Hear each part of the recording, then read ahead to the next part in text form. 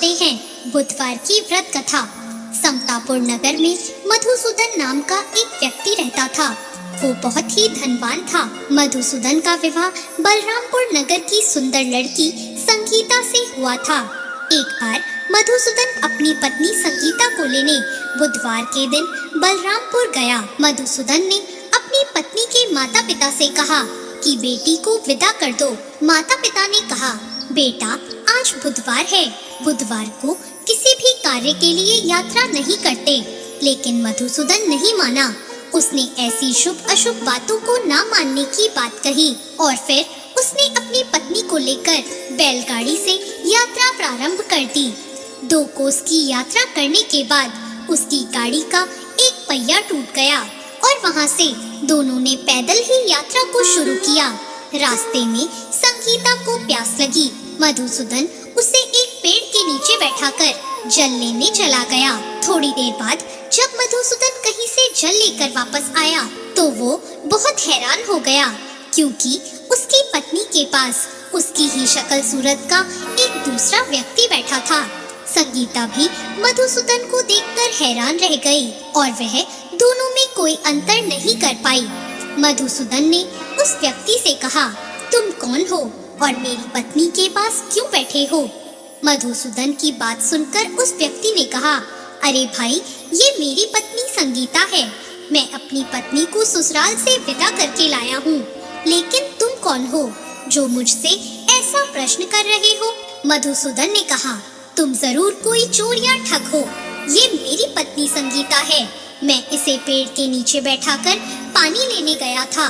इस पर उस व्यक्ति ने कहा, अरे भाई, तुम झूठ क्यों बोल रहे हो? संगीता को प्यास लगने पर जल लेने तो मैं गया था। मैंने तो जल लाकर अपनी पत्नी को पिला भी दिया। अब तुम चुपचाप यहाँ से चलते बनो, नहीं तो किसी सिपाही को बुलाकर तुम्हें पकड़वा दूंगा। दोनों एक दूसरे से लड़ने लगे। उन्हें लड़ता देखकर बहुत से लोग वहाँ इकट्ठे हो गए। नगर के कुछ सिपाही भी वहाँ आ गए। सिपाही उन दोनों को पकड़कर राजा के पास ले गए और उनकी सारी कहानी सुनकर राजा भी कोई निर्णय नहीं कर पाया। संगीता भी उन दोनों में से अपने वास्तविक पति को नहीं पहचान रही थी। राजा ने दोनों को कारागार में डाल देने के लिए कहा। राजा के फैसले पर असली मधुसूदन भयभीत हो उठा। तभी आकाशवाणी हुई, मधुसूदन, तूने संगीता के माता पिता की बात नहीं मानी और बुधवार के दिन अपनी पत्नी को अपने ससुराल से लेकर घर की ओर प्रस्थान किया। यह सब भगवान बुद्ध देव का प्रकोप है। मधुसूदन ने भगवान बुद्ध देव से प्रार्थना की कि हे भगवान, मुझे क्षमा कर दीजिए। मुझसे बहुत बड़ी गलती हुई है। भविष्य में मैं कभी ऐसा नहीं करूँगा। मधुसूदन के प्रार्थना करने से भगवान बुद्ध देव ने उसे क्षमा कर दिया और तभी दूसरा व्यक्ति राजा के सामने से गायब हो गया। राजा और दूसरे लोग इस चमत्कार को देखकर हैरान रह गए।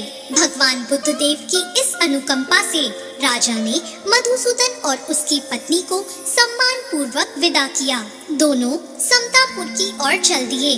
मधुसूदन और उसकी पत्नी दोनों बुधवार को व्रत करते हुए आनंद पूर्वक अपना जीवन बिताने लगे और इसी तरह भगवान बुद्ध देव की कृपा से उनके यहाँ खुशियाँ बरसने लगी। और इसी तरह जो भी विधिवत बुधवार का व्रत करके कथा सुनते हैं, भगवान बुद्ध देव उनके सभी कष्टों को दूर करते हैं। तो ये थी आज की कथा। कैसी लगी आपको आज की ये कहानी? कमेंट बॉक्स में जरूर बताएं।